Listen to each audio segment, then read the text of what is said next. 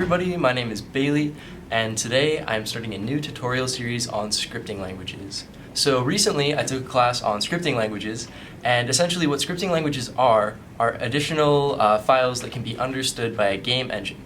And the game engine can then interpret these files and manipulate sort of anything with these files. So you can set up a scene, tell NPCs how to interact with the rest of the world, you can do math, save and load data, you can do a whole bunch of different things with these sort of scripting languages. So I've decided to try to integrate my own complete language into Java, and I'd like to take you along with me. So yeah, stick around and let's jump right into it. I'm going to assume that you guys have a moderate understanding of Java, as I do. This isn't a Java for beginners tutorial. I'm just going to assume that you guys know Java syntax.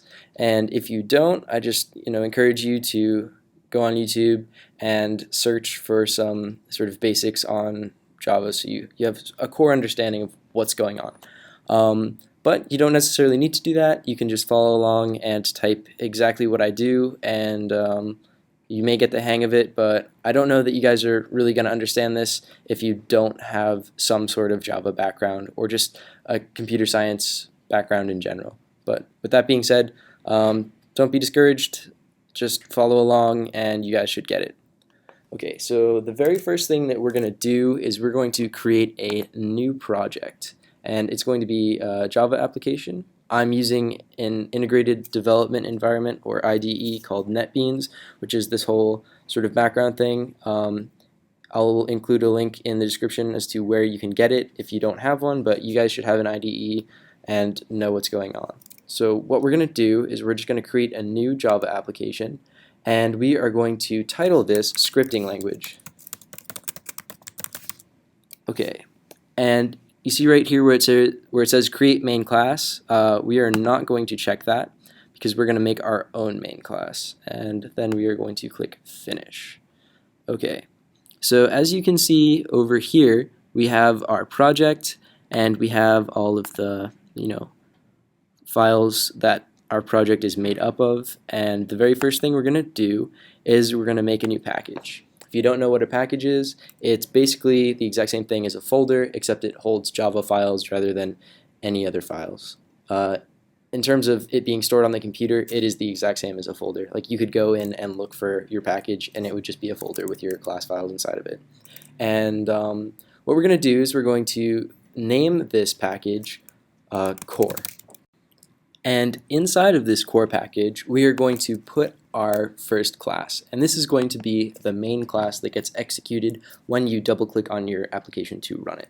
So we are going to call this game. That's usually what I call my main classes, so just for convention's sake I'm going to keep it like that. So click finish, and you can see inside of this package core we now have a file called game. Now Java doesn't know that this is our main sort of class file yet. And to denote that this is the main file, what we're going to do is we are going to create the main method. I can't interact with this for some reason. Give me one sec. Alright, I don't know what happened there. So yeah, to denote that this is our main file, what we're going to do is we're going to create our main method. So to do that, we're going to type public static void main. And then inside of these brackets here, we are going to type string array args, and that stands for arguments. So what that's going to do is that denotes this is our main class file, and if we go to run it, it says select a main class, core.game, that's going to be our main class, and we're going to click OK. And as you can see right here, it ran successfully and it took 0 seconds. That's because we're not telling it to do anything, so it's going to just interpret nothing and then close the program. So we don't want it to immediately close the program after it's been run like this. We want it to start a thread so that we can interpret our script files and do whatever we want with our sort of game, and then we want it to close after we tell it to. And we're going to tell it to close by clicking the red X of a window that appears. So all of that's a lot, and we're going to accomplish that in a few steps. The very first thing that we're going to do is we're going to try to create the window that appears when we run the game. To do that, we are going to come over to where it says game, and we're going to say extends canvas, and we're also going to type implements runnable with a capital R. And then if you hold Alt and hit Enter, we're going to add an import for canvas, and that should be good. What is our problem? Okay, yeah. So you see how we have this red line here? That's because we are implementing another class, and that class is abstract, which means it has methods that we need to include in this class in order for it to be sort of a subclass of runnable. So if you hit Alt-Enter again, and then you hit Enter on Implement All Abstract Methods, you can see we have this method called run. I'm just going to move it to above the main, because I like to have the main as the last thing in the class. And we can delete that @override and delete the body of this. Okay, so what we just did is we told Java that we want our game to have a canvas component to it, which is sort of something that we can draw to and render things on. And runnable just means that we're going to have this sort of method here, run, that is called when we start our thread. Now we need to create that thread and monitor whether the game itself is running. And to do that, we're going to create a Boolean here called running, and we're going to set it equal to false because our game is not currently running. We're going to set it to this to true when we start it. So in here we're going to do that, set it to true, and start our thread, but we haven't done that yet. And speaking of that thread, we need to create that as well. So type thread, and then I'm just going to call it thread equals new thread, and do that as well, semicolon at the end of the line. So now we have a thread that we can start, and a way to denote whether our sort of game is currently running. So when we want to start everything, we're going to have a method for that. We're going to type public synchronized, I always spell this wrong, synchronized void start. And I spelled that wrong, S-Y-N-C-H. There we go, start. Yeah, so just type that, and this is what we're going to call when we start our thread. So the very first thing we're going to do inside of this is set running equal to true. Running equals true. We are then going to say thread dot start, and that will start our thread. There we go. So now when we call start, it'll set this variable equal to true, and it is going to start our thread. So now we have a way to sort of keep the thread going. And while the thread is running, this sort of line of code is going to execute while it's running. And we're going to want this code to keep running for the duration, that our thread is started. So inside of the run, we're going to say while this dot running is equal to true, and this just anything inside here will evaluate and loop while the thread's running. So we're going to say, just to sort of prove that this is working, we're going to say system.out.println hello world. So now if we run it, nothing will happen because we still need to call this start function. And we're going to do that when the window itself is created. Okay. In order to create a new window, we're going to create an instance of a Jframe, and then we're going to put this canvas inside of that Jframe. And we're going to need to tell the Jframe a few things. The very first thing that we're going to need to tell the Jframe is how big it should create the window to be. And we're going to tell it that inside of this game class here. So we're going to say public static int width equals, let's set this to like 720, and then public static int height equals, let's make this one 640. So now we have width and height, which are public static integers, so we can reference them anywhere, representing the width and height of our window.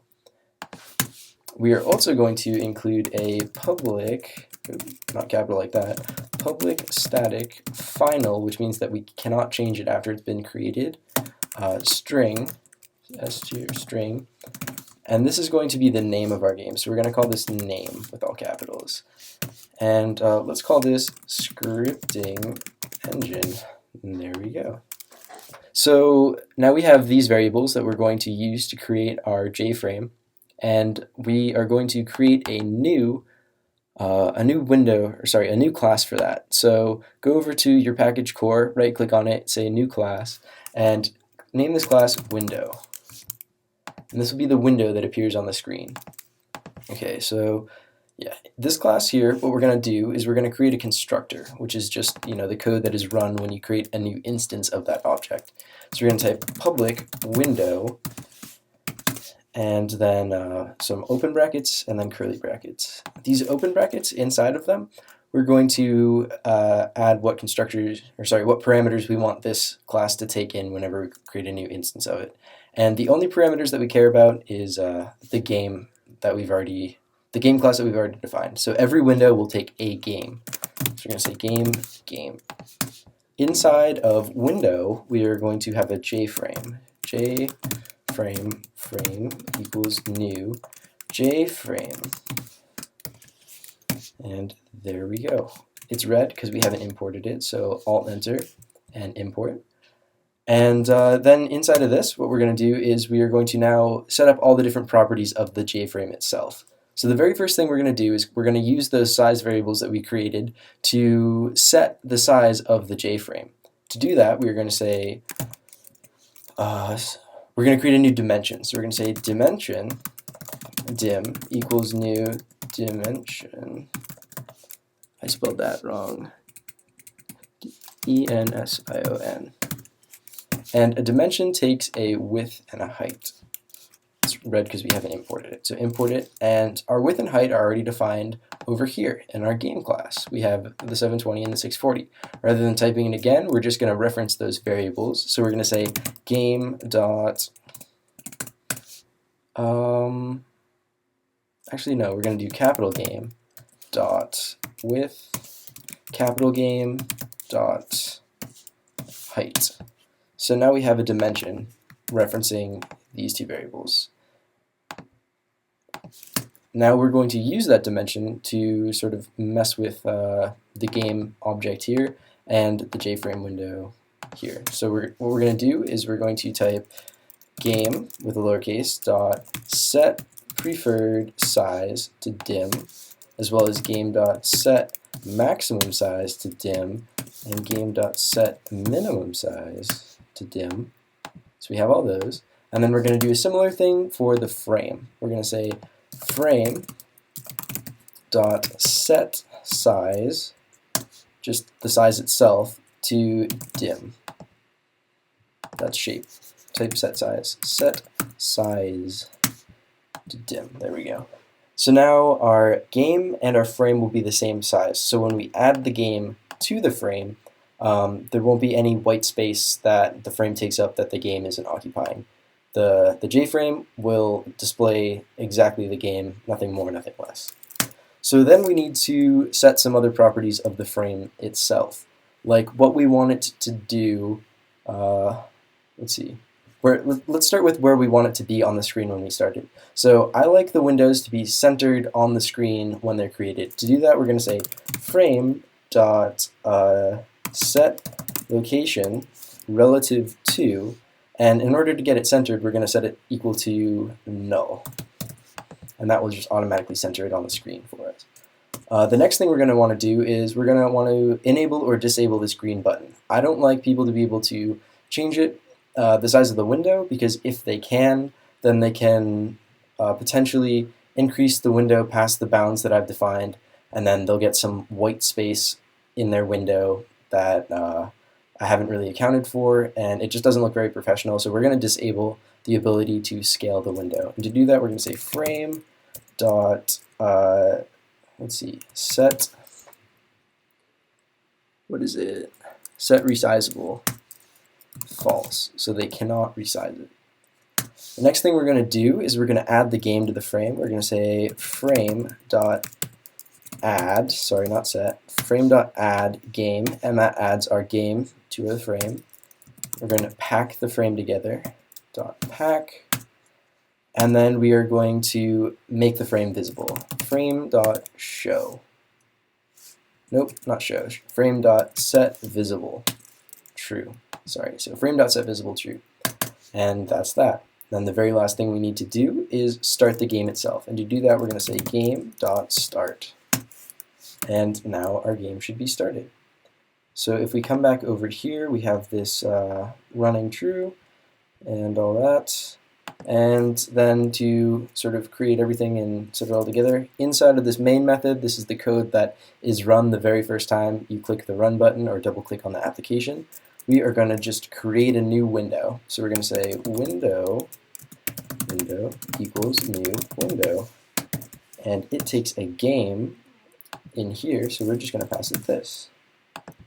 And what is it going to say? Okay, we actually need to create a new game. So we're going to say in here, game equals new game. Actually, no, we're not. We're just going to say new game, like that. Yeah, okay. So yeah, sorry about that. We're just going to type this. And now, if we click run, you can see that we create a window, the size and shape of these two variables up here. We don't have a title, and when we close it, it doesn't stop the program. So to fix all of those problems, it also didn't, print any of this stuff out, which isn't that good. So yeah, to fix all those problems, we're going to come back into window, and the very first thing we're going to fix is the title. Inside this new Jframe part here, we're going to say game dot, sorry, not lowercase game, capital game dot name. So this part here can take an optional string, and if it does, it'll sort of set the text up there equal to that. So that's one of our problems. The next problem is it didn't stop the program when we clicked the X. And to fix that, we're going to say frame dot set default close operation equal to jframe dot exit on close. And what that will do is that will stop the program when we click the X. So now if we click this run button, you can see we have scripting engine up here, and it's still not printing out what it should, but when we click the X, it will stop the build successfully. So that's good. So the reason that it is not printing out any of this hello world stuff down here is because I have a little bit of an error here. So instead of creating and setting this thread equal to a new thread up here, what we're going to do is we're going to copy this and just put a semicolon there. So we have the thread variable. However, we're going to initialize that variable inside of start. So we're going to say thread, spell it correctly, T-H-R-E-A-D equals, and then all of that stuff that we just had, new thread. And we have this runnable sort of implementation here, and that tells Java that this whole class here is a thread itself with this run method and all that. And in order to synchronize those, what we're going to do is we're going to type this in here. So now it will refer to all of these run variables, and it should work now. So if we click run, you can see that down here it prints hello world until we click this X. And when we click the X, it will stop. So it printed out hello world a lot of times. And we want to be able to control the rate at which it prints things out. So what that's doing is that's creating a constant tick rate. We want the frames in this game, so like the visual stuff, to sort of happen as fast as they possibly can. However, we want the fixed operations like math and rotation to happen at a fixed interval so we can precisely control what happens when and the rate at which it happens. And to do that, we're going to create a frame limiter, I think that's what it's called, inside of this sort of run method here that will refer to two methods in this class. So to start, we're going to create those methods. We're going to have a public void tick, which won't take any parameters, and we're going to have a public void void render here. which also won't take any parameters. So we have those, and we're going to want to refer to this tick method at a constant rate, which I like to use the rate of 60 ticks per second, and we want to refer to this render as fast as we possibly can. So yeah, I'm going to write the thread limiter in here now, and this code is kind of confusing, so I'm going to write it out now and then go through and explain it, and you guys can copy it down in that way. Okay, so I'm going to pause the screen right here so you guys can copy everything down, and while you're doing that, I'm going to go through and explain how this works. So we have this method here called run, and what that does is it will sort of, execute all of the code in here while the thread is on, and we already have gone over the thread turns on when you start the application, and the thread turns off when you close the window. So yeah, we have all that here. This very first variable here is a long, which just is an integer that can sort of hold more data, and that's equal to the current age of the virtual machine. So when you click run, system.nanotime is 0, and then since this is nanoseconds, every second 1 billion sort of ticks of that number will have gone up. So after 1 second, system.nanotime will be equal to a billion.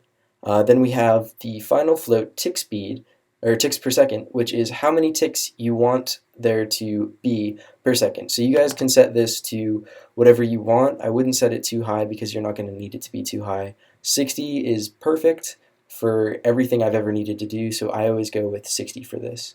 Then we have an integer here, frames, which is how many frames have currently elapsed, which is 0. And we have an integer here called ticks, which is how many ticks have elapsed, and at this point that is 0. And then we have a long delta, which is the difference between the last time the console ticked, or last time the sort of engine ticked, and the current time that the engine ticked. So now we have while running is equal to true, we're going to execute all of the code in here. So this here will only be evaluated once, and I use that to sort of create these variables. And then while it's running, which will be while the application is open, all of the code in here will execute. So this might look confusing, but it's not actually that bad, and yeah, I'm going to go through it. So every iteration of this while loop, there is a long called now, which is also equal to the nanotime. And since this is in billionths of a second, that clock will have ticked between this point of time and this point of time. This code isn't, evaluated instantaneously, so there's going to be some clock iterations on the computer between here and here. And so basically, this number last is going to be a little bit smaller than this current number now. So then I have an if statement here. If now minus last, so this number minus this number, is greater than or equal to 1 billion, 0.0. The 0.0 is very important here, just so it's more precise. Just trust me, add the 0.0, it'll make it work a lot better, divided by ticks per second. So what that's going to do is it's going to check if the time elapsed is greater than or equal to 1 billion divided by whatever number you've had here. And if it is greater than or equal to that number, we're going to increase the ticks by 1 tick, so this will be executed once, and then delta is going to be increased by now minus last, and last will be equal to now. So now these two numbers here are exactly the same. So this delta here is now essentially how much time has elapsed since last and now. And we know that if delta is ever equal to a billion, 1 second will have elapsed. So that's essentially what this part of the code is down here. If delta divided by a billion is equal to 1, then we know a second has elapsed. So basically what this is going to do is this if statement here is going to tick however many times you put here. We just have the rendering and frame increase right here. So whenever it's not ticking. Whenever this if statement evaluates false, the render is still going to be called. So render can be called however many times we want. However, ticks is called at that constant rate. So I hope that's understood.